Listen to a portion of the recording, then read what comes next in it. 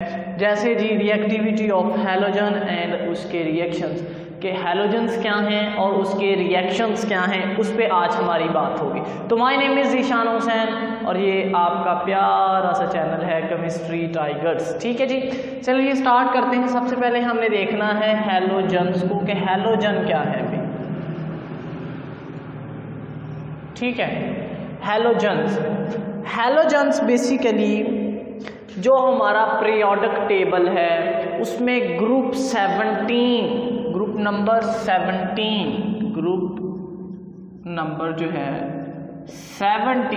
उसको कहते हैं हैलोजन्स। ठीक है जी। अच्छा जी, हैलोजन है वैसे कौन से? वो है fluorine, chlorine, bromine, iodine and astatine. Fluorine, chlorine, bromine, iodine और एस्टाटीन। ठीक है जी। इसमें से ये जो है ये रेडियो एक्टिव है। रेडियो एक्टिव मतलब कि ये खुद ब खुद रेडिएशंस खारिज करती हैं।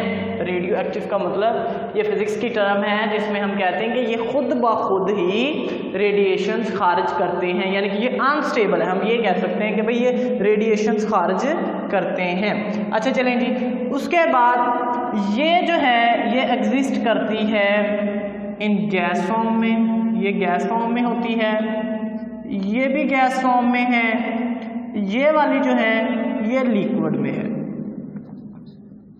हम ज़्यादा बात इन चार की करेंगे क्योंकि ये रेडियो एक्टिव है तो इस पे ज़्यादा फोकस नहीं होता। ठीक है जी। अच्छा चलिए जी, और अगर हम इसको देखें तो ये सॉलिड है। ये क्या है? सॉलिड। अब आपने देखा कि भाई जो fluorine, chlorine, bromine and iodine ये जो है इनमें से दो गैसेस हैं, एक लिक्विड है एक सॉलिड है, यानी कि ऊपर से नीचे उसकी जो है वो समझ लें कि मॉलिक्यूल की कंसंट्रेशन ज़्यादा हो रही है। देखिए ना, यहाँ पे गैसेस हैं, फिर लिक्विड, फिर सॉलिड। ठीक है, तो बेसिकली हुआ ये है कि ऐसा क्यों हुआ है कि उसके दरमियान जो मॉलिक्यूल्स हैं गैस में, अगर इसकी बात करें तो ऊपर से नीचे वो कहते हैं कि जो मॉलिक्यूल के दरमियान इंटरमॉलिक्यूलर फोर्स अट्रैक्शन है। Intermolecular force attraction. अच्छा चलिए, फोर्स ऑफ अट्रैक्शन को पहले समझ लें। अट्रैक्शन दो तरह की होती है। फोर्स दो तरह की होती है। एक होती है इंटर मॉलिक्यूलर और दूसरी होती है इंट्रामॉलिक्यूलर फोर्स। ठीक है, इंटरमॉलिक्यूलर, इंट्रामॉलिक्यूलर। अच्छा जी, इंटरमॉलिक्यूलर फोर्स वो फोर्स होती है कि जो दो मॉलिक्यूल्स के दरमियान फोर्स होती है, दो या दो से ज़्यादा। जैसे जी HCl है ना, ये हम 4th चैप्टर में भी पढ़ चुके हैं। अच्छा जी, HCl है, तो ये वाली जो फोर्स है ना इन दोनों मॉलिक्यूल्स के दरमियान, क्योंकि ये पार्शियल नेगेटिव पार्शियल पॉजिटिव, तो इनके दरमियान जो फोर्स है उसे हम कहेंगे ये भाई इंटर है। और ये वाली जो मॉलिक्यूल के अंदर फोर्स है अपनी खुद की जो यानी कि बॉन्ड बना हुआ है उसे हम कहेंगे कि ये इंट्रा मतलब अंदर, intramolecular force, intramolecular force. Clear हो गया? ठीक है। अच्छा चलें जी, अब आपने इसमें एक याद रखना है कि जो इसकी रिएक्टिविटी फिर से सुने, रिएक्टिविटी वो डिक्रीज होती है टॉप टू बॉटम। ठीक है, नोट लिख लें। रिएक्टिविटी, नोट क्या है? Reactivity of halogen is decreases down the group. के जो रिएक्टिविटी है वो डाउन द ग्रुप डिक्रीज होती है। अब आपको याद होगा कि जब हम चैप्टर स्टार्ट किया था ये वाला, उसमें हमने मेटल्स की रिएक्टिविटी देखी थी, वो डाउन द ग्रुप इंक्रीज होती थी। मेटल्स की इंक्रीज होती थी। यहाँ हम नॉन मेटल्स की बात करें तो वो डिक्रीज हो रही है। क्यों हो रही है, रीजन क्या है? वहां बेसिकली ये देखो मेटालिक जो मेटल होती हैं वो इलेक्ट्रॉन्स डोनर होती हैं, जो मेटल होती हैं वो इलेक्ट्रॉन डोनर होती हैं, उसने इलेक्ट्रॉन रिलीज करना होता है, ठीक है। तो जितना जैसे जैसे ऊपर से नीचे साइज बढ़ेगा तो इलेक्ट्रॉन ज़्यादा इजीली रिमूव होगा, जल्दी से रिमूव हो जाएगा, समझ आई? मेटल्स में क्या रीज़न है कि ऊपर से नीचे उनका साइज बढ़ता है, ऊपर से नीचे उनका साइज बढ़ता है, तो हमें बेसिकली इलेक्ट्रॉन निकालना होता है। तो जैसे जैसे साइज बढ़ता है हमारे लिए उतना ही आसानी हो जाती है इलेक्ट्रॉन निकालना या उसके लिए डोनेट करना आसानी हो जाती है, ठीक है, इसलिए उसकी इंक्रीज होती है। ठीक हो गया जी। अब बात करें इनकी, तो इनके लिए बेसिकली होता क्या है कि यहाँ पे हमने इसका साइज जो है फर्ज करें ये वाला है तो इसका साइज भी ऐसे ही होगा और इसका साइज इससे भी ज़्यादा होगा, ठीक है, क्योंकि ऊपर से नीचे साइज बढ़ता है, ऐसे ही है। लेकिन इन्होंने इलेक्ट्रॉन देना नहीं है बल्कि लेना है, इलेक्ट्रॉन उन्होंने लेना है। ये रेस कर दें रेस। अच्छा चलें जी, उन्होंने बेसिकली जो है वो इलेक्ट्रॉन लेना है, तो फिर बेसिकली जितना साइज कम होगा उतना वो इजीली इलेक्ट्रॉन ले लेगा, ठीक है। जैसे जी यहाँ पे हम फ्लोरीन की बात करें तो उसका साइज ये है, ठीक है, उसने बाहर से इलेक्ट्रॉन लेना है, ठीक है, तो जब वो बाहर से आएगा तो इसके न्यूक्लियस और इसके दरमियान शेल का अट्रैक्शन, मतलब कि समझ लें कि उसके दरमियान डिस्टेंस कम है तो वो इजीली अट्रैक्ट कर लेगा, इजीली अट्रैक्ट कर लेगा। अच्छा चलें जी आगे, उससे बाद क्लोरीन की बात करें तो उसका साइज ज़्यादा हो गया, यहाँ पे इलेक्ट्रॉन है तो अब उसको एंटर करवाने के लिए उसको ज़्यादा फासला हो गया, जब फासला ज़्यादा हो गया तो इतनी ज़्यादा अट्रैक्ट उसको अच्छे से नहीं कर पाएगा। तो यही रीज़न है कि वो उसकी रिएक्टिविटी जो है वो डाउन द ग्रुप डिक्रीज होती है। रीज़न क्या है? साइज, ठीक है, साइज जो है वो मतलब इंक्रीज हो रहा है, जिसकी वजह से अट्रैक्शन कम हो गई है, न्यूक्लियस और इनकमिंग इलेक्ट्रॉन के दरमियान जो अट्रैक्शन है वो कम हो गई है, जिसकी वजह से उसकी रिएक्टिविटी डिक्रीज हो गई है। ठीक हो गया जी, रिएक्टिविटी हो गई। अब अच्छा जी, अब बात करेंगे ये गैसेस जो हैं वो ये दो गैसेस में है, ये लिक्विड में है, ये सॉलिड में है। तो भाई इनके दरमियान जो इंटरमॉलिक्यूलर फोर्स है वो Aahista Aahista down the group increase हो रही है, डाउन द ग्रुप इंक्रीज हो रही है, ठीक है। बिकॉज आंसर क्वेश्चन ये होगा अब हमारा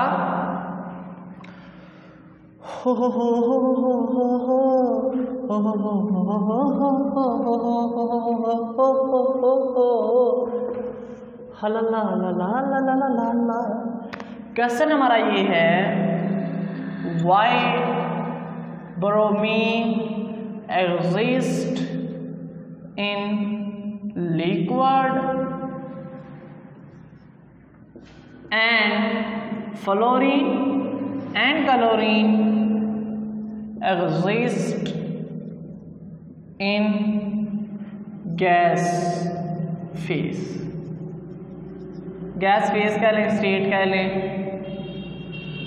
क्यों जी? तो आप इसका आंसर लिखेंगे बिकॉज इसके दरमियान attraction force down the group increase हो रही है, down the group attraction increase हो रही है, जिसकी वजह से उसकी जो है इंटरमॉलिक्यूलर फोर्सेस ज़्यादा हो रही हैं। इंटरमॉलिक्यूलर फोर्सेस की वजह से अब वो उसको मजबूती से पकड़ रहे हैं मॉलिक्यूल्स एक दूसरे के दरमियान, ठीक है। मैंने अभी बात की थी ना, ये देखें HCl, ठीक है, HCl फिर HCl, तो इनके दरमियान ये वाली जो फोर्स है ये स्ट्रॉन्ग हुई जा रही है अब आहिस्ता आहिस्ता, जब नीचे आते हैं तो ये स्ट्रॉन्ग हुई जा रही है, strong attraction force, strong attraction force, ठीक है जी। चलें जी लिखते हैं, because attraction intermolecular force attraction, इस तरह करें, inter molecular force attraction is increases down the group attraction force increase हो रही है। क्लियर हो गया? ठीक है जी। अब अच्छा जी, उसके बाद जी वो कहते हैं कि ये जो दो हैं ये डाई एटॉमिक मॉलिक्यूल में एग्जिस्ट करते हैं। डाई एटॉमिक मतलब डाई मतलब दो, एटॉमिक मतलब इसमें दो एटम है। तो ये जो दो हैं फ्लोरीन और क्लोरीन, ये जो है वो डाई एटॉमिक फॉर्म में होते हैं, डाई एटॉमिक फॉर्म में होते हैं। ठीक है जी, कर दें रेस? ओके। प्यार तेरा बच्चियां मर गए, हाय मैं पाल दी मर गई, हाँ पाल दी मर गई, हो ला ला ला। चलें जी, नेक्स्ट हम इसकी बात करते हैं, इसके जो कुछ इम्पॉर्टेंट क्वेश्चंस हैं यानी कि रिएक्शंस हैं उनके हवाले से हम बात करते हैं। अच्छा जी, बात आपने याद रखनी है कि down the group reactivity decrease होती है हैलोजन की। ये पॉइंट आपने नोट रखना है, तभी आप रिएक्शन अच्छे से कर सकेंगे। अच्छा चलें जी, फर्स्ट रिएक्शन है रिएक्शन, या रिएक्शन को छोड़े, उसने कहा है कि ऑक्सीडाइजिंग।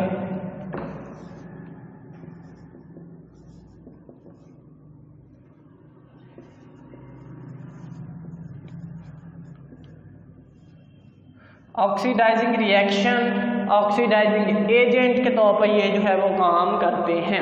अच्छा चलें जी, आपने याद रखना है कि ये जो है ये एज अ ऑक्सीडाइजिंग एजेंट काम करते हैं। ये जो क्लोरीन, फ्लोरीन, ब्रोमीन और आयोडीन जो है ये ऑक्सीडाइजिंग एजेंट के तौर पर काम करते हैं। अब ऑक्सीडाइजिंग एजेंट का क्या मतलब होता है? वो चीज़ जो खुद रिड्यूस हो, किसी दूसरी चीज़ को ऑक्सीडाइज करे, यानी कि उसको उसकी ऑक्सीडेशन करे और खुद रिड्यूस हो, खुद की रिडक्शन करे। रिडक्शन मतलब ये देखें ना, खुद की रिडक्शन करे, ये खुद की रिडक्शन करते हैं। और रिडक्शन का क्या मतलब होता है? या रिडक्शन एडिशन ऑफ हाइड्रोजन, ठीक है, या फिर इलेक्ट्रॉन और रिमूवल ऑफ ऑक्सीजन, ठीक है, ये होती है रिडक्शन, ठीक है। ऑक्सीडेशन इसके उलट के रिमूवल ऑफ हाइड्रोजन और इलेक्ट्रॉन और एडिशन ऑफ ऑक्सीजन, ये ऑक्सीडेशन होती है। तो इनकी ऑक्सीडेशन ये खुद की रिडक्शन करते हैं, यानी अपने आप में से या तो H रिलीज कर देते हैं, H तो है ही, इलेक्ट्रॉन रिलीज करते हैं। यहाँ पे टर्म हम इलेक्ट्रॉन की यूज करेंगे, ठीक है, क्योंकि हाइड्रोजन तो यहाँ पे है ही नहीं किसी के साथ, ठीक है। ये सारे तो यहाँ पे वो इलेक्ट्रॉन की बात करेंगे, ठीक है जी, क्लियर हो गया। अच्छा चलिए मैं आपको एक मिसाल से समझाता हूँ। वो कहते हैं कि ये वाले जो है ये डाउन द ग्रुप, इनकी भी रिएक्टिविटी को समझना है बस, कि रिएक्टिविटी जो है वो डाउन द ग्रुप डिक्रीज होती है। तो सबसे पहले ये फ्लोरीन ज़्यादा ऑक्सीडाइजिंग एजेंट होगा, तो नोट कर ले फ्लोरीन, नोट क्या होगा, fluorine is the most oxidising agent, fluorine is more oxidising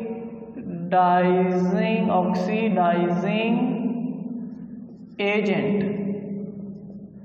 ठीक है। जो फ्लोरीन है वो मोर ऑक्सीडाइजिंग एजेंट है। अच्छा जी, यहाँ पे हमें लगा दिया KCl, तो होगा क्या, ये जल्दी से रिएक्शन करेगा और बनेगा क्या, क्या बनेगा, यहाँ पे आ जाएगा KF और प्लस Cl2, ठीक है। और उसके बाद जी ये हमारे इसको बैलेंस कर लेंगे, क्लोरीन 2 है, इधर 1 है, तो ये 2 हो गया। अब के यहाँ पे 2 हो गए, 1 यहाँ है, तो ये 2 हो गया। अब फ्लोरीन भी 2 है, वो भी 2 है, ठीक है जी। अच्छा जी, आगे आ जाए, यहाँ पे क्लोरीन हो जाएगा तो KBr। अब यहाँ पे KBr है, ठीक है, तो आप खुद से देखें भाई, फ्लोरीन ऊपर आता है, क्लोरीन, ब्रोमीन, आयोडीन, ठीक है, तो ये ज़्यादा रिएक्टिव होगा, ये ऊपर को बढ़ती है, नीचे को कम होती है, ठीक है। तो ये ऊपर आता है, इसका मतलब ये ज़्यादा रिएक्टिव होगा, ये लेस रिएक्टिव होगा, ये लेस ये ज़्यादा, ठीक है। तो इसका मतलब ये इसको एक्सचेंज करेगा, उसको एक्सचेंज कर देगा। अच्छा चलें जी, होगा क्या फिर, यहाँ पे होगा जी KCl और प्लस Br2, ठीक है। ये लें जी, अब इसको बैलेंसिंग ये हमारी हो गई, ठीक है। अगर वो कहते हैं कि आपके पास फ्लोरीन हो और प्लस क्लोरीन के ऊपर नेगेटिव चार्ज हो, A9 हो, ठीक है, तो फिर क्या होगा कि ये जो, क्योंकि ये ज़्यादा रिएक्टिव है इससे, तो इससे क्या होगा, ये इससे इलेक्ट्रॉन ले लेगा और इसको क्लोरीन गैस में कन्वर्ट कर देगा और खुद आयन बन जाएगा, समझ आई। डाउन द ग्रुप जो है इसकी रिएक्टिविटी वो क्या होती है, डिक्रीज होती है, ठीक है जी, क्लियर हो गया। अच्छा चलें जी, एक रिएक्शन और करते हैं। क्या ये रिएक्शन होगा, ऐसे ही आपके ज़हन में ये होगा Br+Cl2, तो भाई ये रिएक्शन नहीं होगा। क्यों नहीं होगा, क्योंकि ब्रोमीन लेस रिएक्टिव है इस क्लोरीन से, तो भाई वो उसको एक्सचेंज ही नहीं कर पाएगा, ठीक है जी। क्लियर हुआ कुछ कि रिएक्टिविटी फ्लोरीन की, ये ऑक्सीडाइजिंग एजेंट हैं, ठीक है, ये ऑक्सीडाइज होते हैं। ऑक्सीडाइज मतलब ये देखिए यहाँ पे इसने इलेक्ट्रॉन ले लिया है, ठीक है, यहाँ पे भी इसने इलेक्ट्रॉन सबसे जो है वो लिए ही हुए हैं, ठीक है, और बाकी जो चीज़ें हैं वो आपकी कवर हो गई हैं। आई होप कि आपको समझ आ गई है, ठीक है जी। हो उसी पिंडां वालियां माण नाल कहने असीं पिंडां वालियां असीं पिंडां वालियां,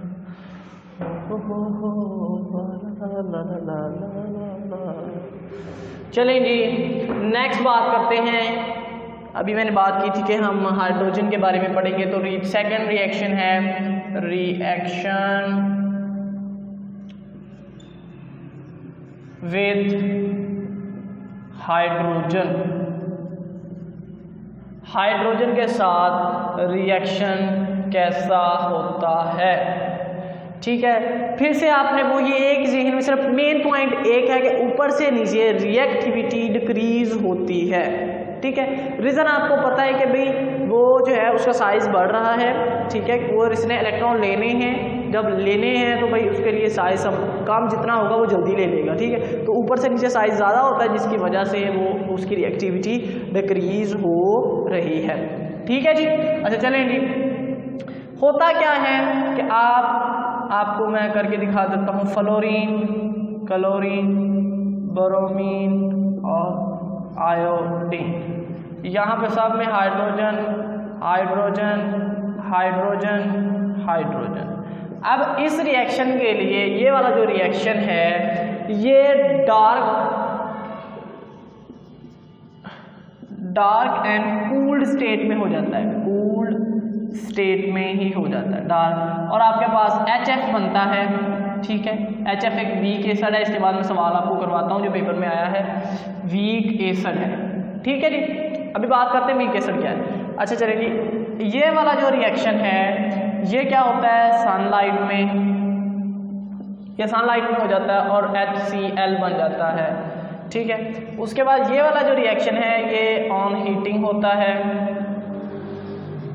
और उसके बाद ये HBr बनता है। ये वाला जो रिएक्शन है ये भाई ऑन हीटिंग भी और साथ कैटालिस्ट भी।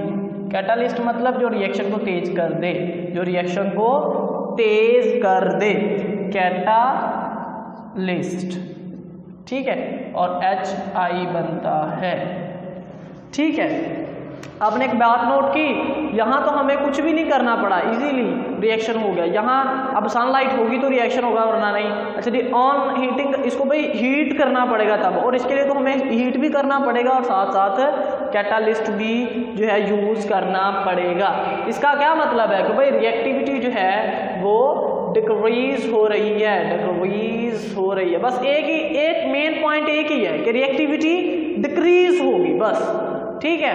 तो हाइड्रोजन के साथ हो, वाटर के साथ हो, बाकी सब भी ऐसे ही हैं। क्लियर है, समझ आ गई? कर दें नेक्स्ट इसका क्वेश्चन करें। ओके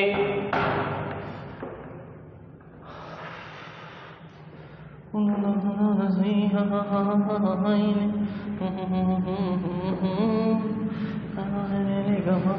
चलें जी, क्वेश्चन यही हुआ है why HF is weak acid. Question आपका ये पूछा गया है। सबसे पहले हमने एसिड को देखना है। एसिड वो कोई भी चीज़ होती है, 10th क्लास का ये कॉन्सेप्ट है, इसको समझ लें, थोड़ा सा सिंपल है। HF यानी कोई भी ऐसी चीज़ जो H पॉजिटिव आयन दे दे वो हमारी एसिड होती है। जो H पॉजिटिव आयन दे दे वो हमारी एसिड होती है। ठीक है, यहाँ पे HF है, कहता है कि ये वीक एसिड है। अच्छा पहले वीक एसिड स्ट्रॉन्ग एसिड ये देख ले। जो जल्दी से H दे देगा वो स्ट्रॉन्ग एसिड होगा, जो जल्दी से H दे देगा, H पॉजिटिव दे देगा वो स्ट्रॉन्ग होगा, और जो थोड़ा मतलब आहिस्ता देगा यानी कि वो स्लोली देगा, ठीक है, स्लोली वो H पॉजिटिव देगा या बहुत कम मतलब देगा, स्पीड इतनी नहीं होगी, तो वो हमारे वीक एसिड होंगे। वो हमारे क्या होंगे? Weak acid. ठीक है जी, तो ये कहता है कि HF एक वीक एसिड है। वजह बताएंगे, वजह यही है कि हैलोजन है, ठीक है, इसकी रिएक्टिविटी सबसे ज़्यादा है, तो इसने बॉन्ड ही बड़ा मजबूत से बना लिया है, ठीक है, बॉन्ड ही बहुत ज़्यादा मजबूत है, तो इसलिए ये H पॉजिटिव जल्दी नहीं देगा। ठीक है, एक रीज़न तो ये हो गई।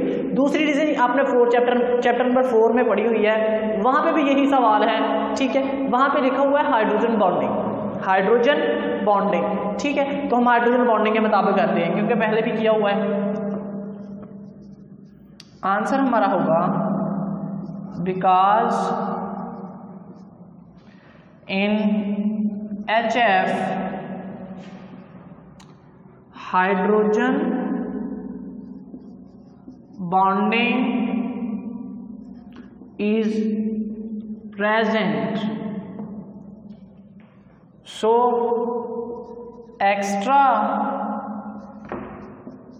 force to break the bond,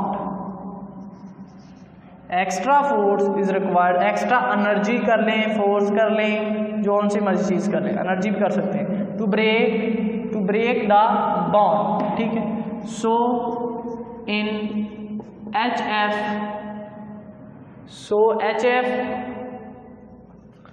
not donate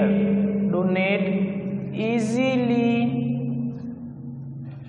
H positive ion, so it is a weak acid। ये एक weak acid है, ये एक वीक एसिड है। क्लियर हो गया? वजह क्या है? हाइड्रोजन बॉन्डिंग, उसमें हाइड्रोजन बॉन्डिंग है जिसकी वजह से ये जो है ये बेसिकली आप इसका स्ट्रक्चर भी साथ ही बना दें। ठीक है, ये H, ये F, ये H, ये F, ये H, ये F। ठीक है, तो H और F के दरमियान attraction force negative, partial positive, partial negative, partial positive, partial negative.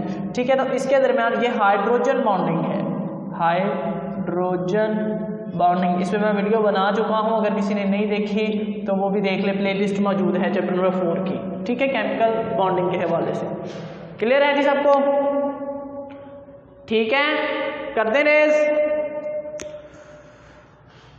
हाय ने हाय नखरा तेरा नी, हाय रेट ते गबरू मारे, हाय रेट ते गबरू मारे, हाँ हाँ पागल हो गए ने।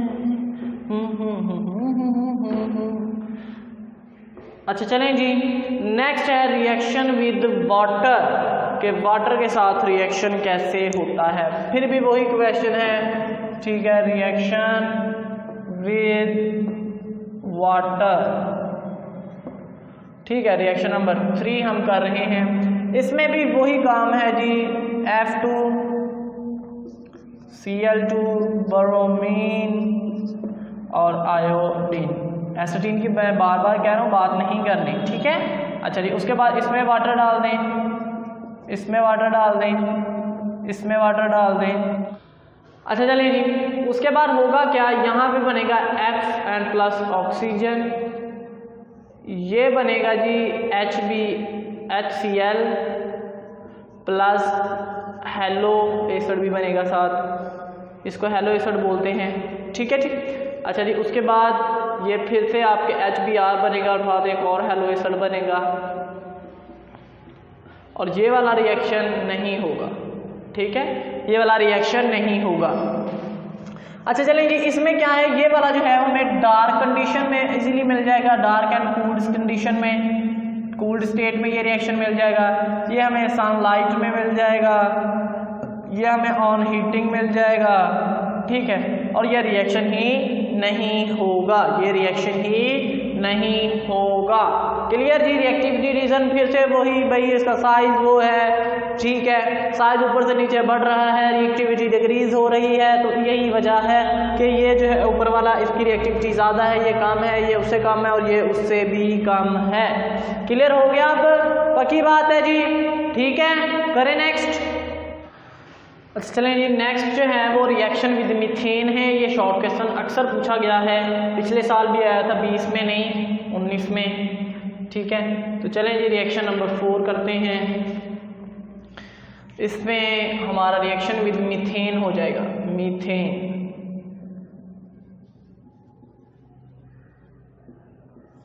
ठीक है जी, मीथेन जो है वो इसका रिएक्शन हम करेंगे। ये इजीली है, जो कहता है कि जो फ्लोरीन होती है वो बड़ी तेज़ी से रिएक्शन करती है, फ्लोरीन बड़ी तेज़ी से रिएक्शन करती है और प्रोडक्ट बना देती है, लेकिन जो क्लोरीन है वो ज़रा आहिस्ता से प्रोडक्ट बनाती है। ठीक है, और यानी आहिस्ता का मतलब ये थोड़ा सा सनलाइट में, यानी कि वो डार्क, फ्लोरीन डार्क कंडीशन में दे देती है रिएक्शन, और इस क्लोरीन के लिए हमें सनलाइट में कहते हैं कि वो रिएक्शन देगी। ठीक है, और उसके बाद इसमें हम कहते हैं कि मीथेन डाल देंगे तो आपके पास जो चीज़ बनेगी वो बनेगा HCl और प्लस कार्बन। ठीक है जी, H 4 है तो ये हमारे 4 हो गए, अगर क्लोरीन 2 है तो ये 4 हो गए। ठीक है जी, और बाकी काम ठीक है।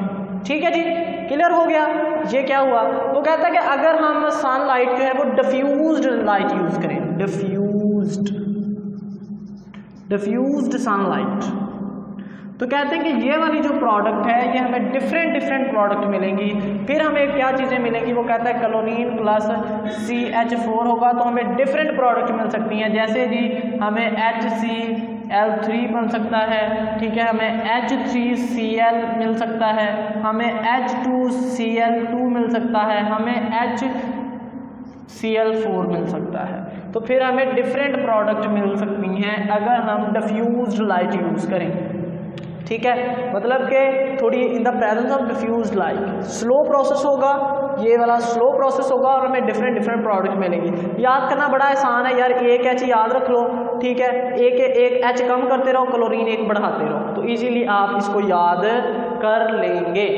ठीक है जी। अच्छा चलें जी, नेक्स्ट लास्ट हमारा रिएक्शन रह गया है जो है reaction with sodium hydroxide. Reaction with, ये भी शॉर्ट क्वेश्चन आया है। ठीक है, इसलिए आपने अच्छे से इसको भी प्रिपेयर कर लेना। रिएक्शन एक ही पूछा जाएगा शॉर्ट क्वेश्चंस के लिए। ठीक है, इसलिए इसको अच्छे से आपने रिवाइज कर लेना है। रिएक्शन विद सोडियम हाइड्रोक्साइड, इसकी दो कंडीशन है, एक तो कूल्ड स्टेट में है और दूसरी जो है हॉट स्टेट में। ठीक है, डिल्यूट और दूसरा ऑन हीटिंग। अच्छा जी, डिल्यूट में अगर हम बात करें, डिल्यूट स्टेट में NaOH, तो हमें क्या कौन सी प्रोडक्ट मिलती हैं, बड़ा इजी सा है काम। जैसे जी क्लोरीन है N+NaOH, ठीक है, डिल्यूट इस्तेमाल करेंगे तो आपके पास बनेगा NaCl N+NaOCl N+वाटर, मतलब कि ये कि आपके पास सोडियम क्लोराइड बनेगा और सोडियम हाइपोक्लोराइट, सोडियम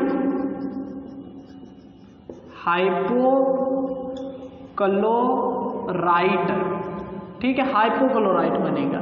ठीक है, ऑन कूल्ड स्टेट डिल्यूट। अच्छा नेक्स्ट जी, ऑन हीटिंग क्या होगा, वही आपके पास यही आपने चीज़ें यूज़ की, लेकिन आपके पास अब ये वाली चीज़ नहीं आएगी। ठीक है, अब आपके पास बनेगा NaCl NaClO3 H2O। ठीक है, अब इसका क्या नाम है, सोडियम क्लोराइड,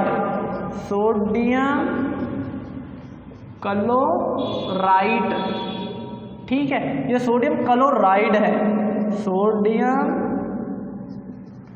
क्लोराइड। क्लियर, ये सोडियम क्लोराइड, वो सोडियम क्लोराइड।